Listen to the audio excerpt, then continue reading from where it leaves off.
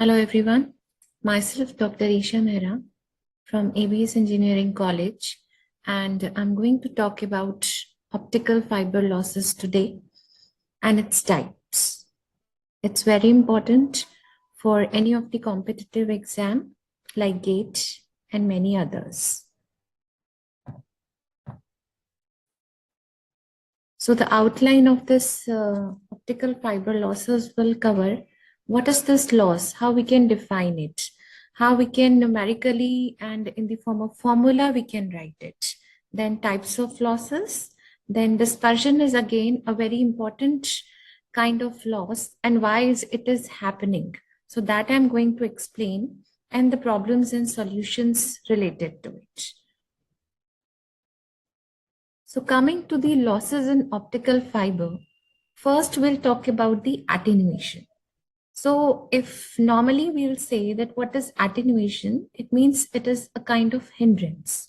So we have an optical fiber over here.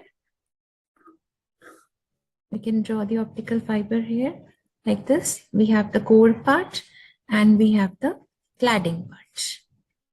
Core, cladding. Now we are sending some input signal like this. Ideally, what we should get the same signal without any loss. But this is not going to happen. In any case, this is just an ideal situation. This arises due to so many factors, and that factors I'm going to explain in the next few slides.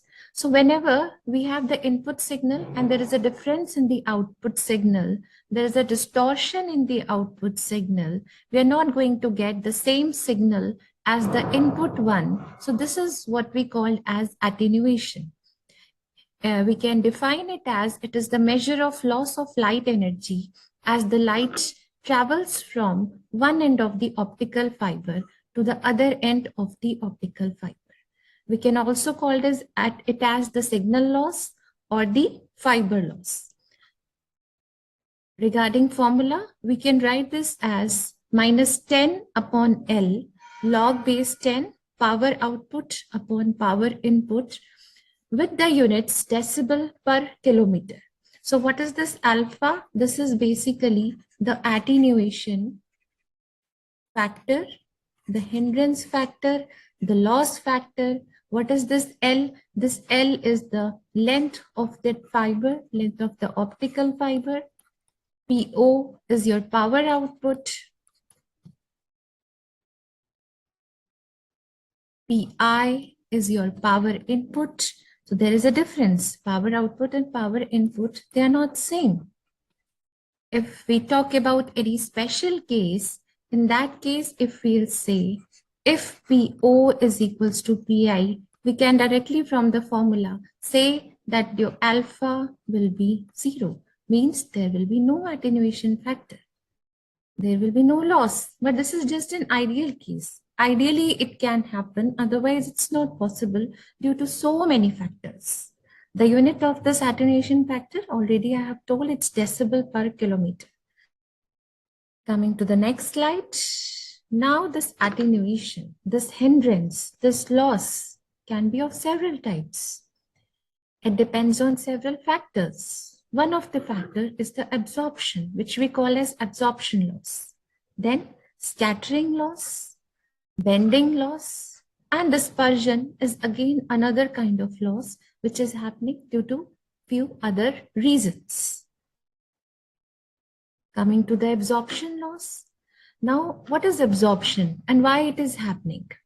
We have so many internal properties of the glass. For example, we have some imperfection in the glass and we have some other defects in the glass, other defects of the optical fiber, because the optical fiber is made up of glass material. So there can be several factors due to which the light is getting absorbed inside the fiber and we are not getting exactly the same amount of input pulse, the same input pulse as the same output pulse. This absorption is again of two types: intrinsic, because of internal properties of the optical fiber, and extrinsic because of the external properties of the optical fiber. Now, how we can say intrinsic? See, in intrinsic, we have to see the whatever the material the glass is made up of, and the glass is having whatever defects, whatever not impurities, some imperfection is there in the glass, something is there which is causing the light ray which is coming and it has to go TIR. It is this disturbance, this defect, this internal defect of the optical fiber, it is causing the hindrance in that TIR, due to which some of the rays, some of the modes of the optical fiber, they are getting absorbed. So if they are getting absorbed, they are not going to result in the TIR, due to which we are not going to get the output as same as that of the input pulse. Right? This may occur in UV and in infrared region. Now extrinsic, how we can explain intrinsic absorption? See, extrinsic. Extrinsic means some external properties of the optical fiber. For example, if we are changing the refractive index of the optical fiber, we are doing it. That is not inbuilt inside the optical fiber. And how we are doing it? How we are changing the refractive index of the optical fiber? We are changing refractive index of optical fiber by adding, yes, impurities.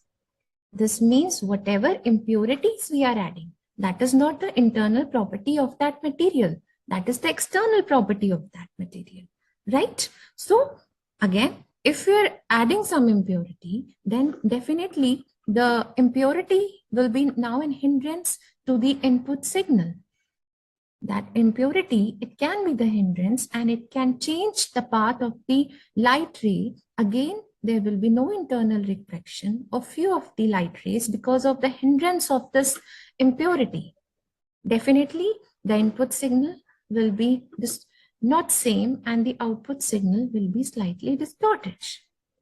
So that is the extrinsic absorption due to the external property. For example, any impurity, I have already written over here, results from the presence of transition metal ions like iron, chromium, cobalt, copper, and from OH ions that are being dissolved in the glass to create some impurity for doping and to change the refractive index.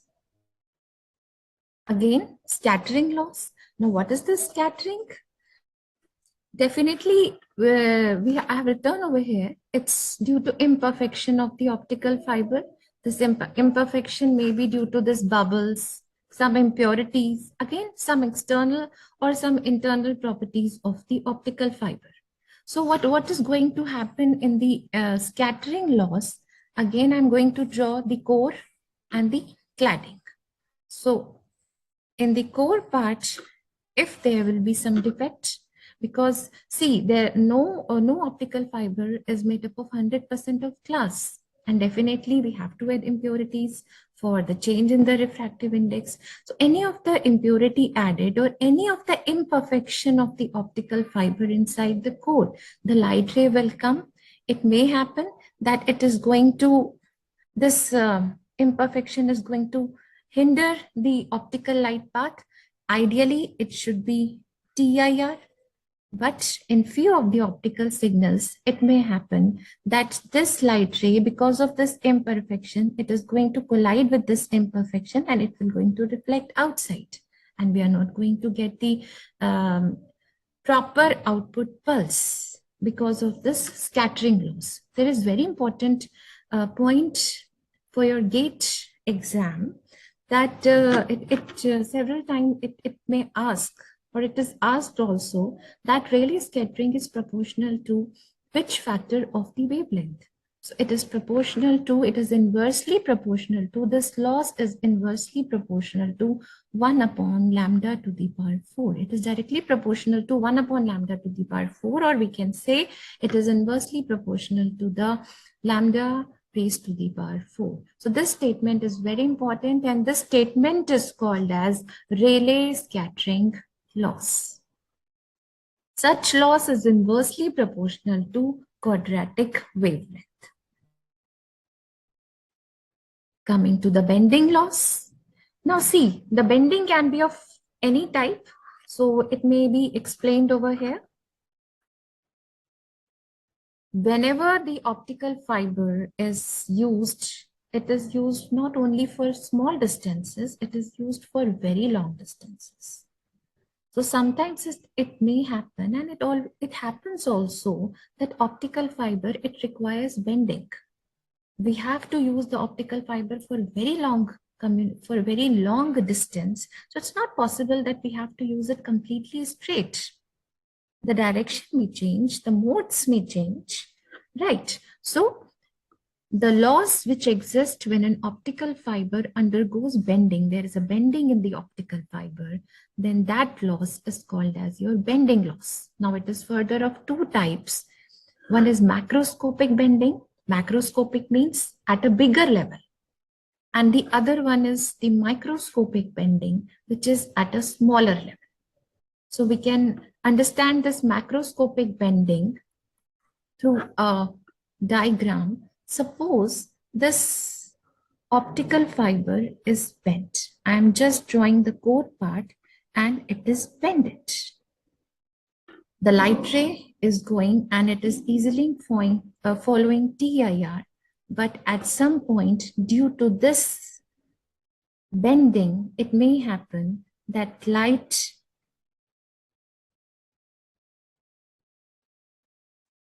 is not going to go proper TIR and it may reflect. It is again a part of the loss.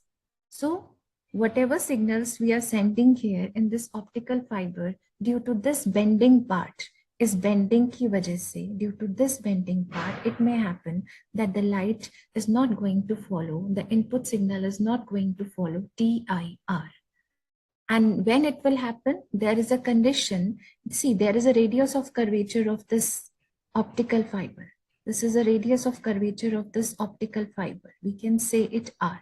And there is a radius of this core, which is small r. So if this R, which is the radius of curvature of this bending, this is capital R is the radius of curvature of this bending. And if it is greater than small r, then TIR is not going to happen. Light will be reflected here and there, but TIR is not going to happen. So this is a macro bending. This is a major bending. This is a major cause of the loss because we have to bend we have to bend the optical fiber to communicate it for a very long distances. When we talk about micro bending, then it is because of the internal property of the core and cladding. We can see we are constructing a core and there is a slight defect. We can see over here, there is a slight defect in the optical fiber core part. So what will happen? The light is coming, it is easily going TIR. But due to this part, it may happen, due to this part, it may scatter, it may go here and there, it may be reflected, but definitely it is not going to follow TIR properly because of this small error. This is small defect. So this is also a bending, but this is not a macro level bending. It is a micro level bending. So such kind of bending will also cause the loss. Due to such kind of bending, we are not going to get the output signal same as that of the input signal. So this type of bending is called as the optical bending loss. This kind of loss is called as the bending loss. Coming to the signal dispersion. So what is dispersion? In normal terms, we say dispersion means broadening. Broad होना, कोई भी चीज disperse हो रही है, फैल रही है, broad हो रही है, ठीक है? So broadening occurs, and how it occurs? This is a diagram. We have an optical fiber. I'm sending an input pulse. Dispersion means this input pulse, its amplitude will decrease and it is going to get broadened like this. So this is also a dispersion. The amplitude is decreased. The intensity is decreased. There will be a loss. And why it is happening? This is happening because of many reasons. This signal broadening, this pulse broadening, it is happening because of many reasons. It is of two types. The signal broadening is of two types. One is intermodal and other one is intramodal. So we can quickly go through the diagram. It will be easy for you to understand. See, modal, or we can say this as intermodal. Within the modes, we have so many modes in the optical fiber. If we talk about multi-mode optical fiber, obviously, then in so many modes, mode 1, mode 2, mode 3, it happens that whatever signals, whatever modes we are sending, they are not reaching the output they should, but they are not reaching the output at the same time. There are so many modes in the optical fiber, and it may happen that these modes, they are not reaching the output at the same time. So there will be a distortion, there will be a signal broadening, there will be a pulse broadening. So this is your intermodal. Within the modes, there are several modes, but these several modes, they are not reaching the output at the same time. For example, in multi-mode optical fiber, if you are not talking about the graded index optical fiber, in that case, then there is another kind of dispersion, which is the intramodal dispersion. Intramodal means within one mode. And how can it be possible? Within one mode, how we can have the disturbance? Why not? If we are having a single mode, suppose we are having the white light. So we can see here in this material dispersion, in the white light, we are having several wavelengths. That several wavelengths, it may happen that they are not going to reach the output at the same time. Then again, we are going to have the dispersion. In the first case, different modes. In the second case, different wavelengths. And the third type, this is also a part of intramodal dispersion, which we call as the waveguide dispersion. It happens that 80% of light is going through the core, and we are giving the entire light to the optical fiber. 20% of the light is also going through the cladding. This may cause the disturbance, and due to which again we are going to have the pulse broadening. So there are three types. Basically, there are two types, intramodal and intermodal. So this is what is called as dispersion. So these are very important topic for GATE and other competitive exam. And few of the questions are also asked from such topic. There is also there's also a formula which I have already discussed, and in my next PPT, I'm going to discuss some problems, some mathematical problems of losses. So thank you till then. These are the references which I have used. So thank you. Have a nice day.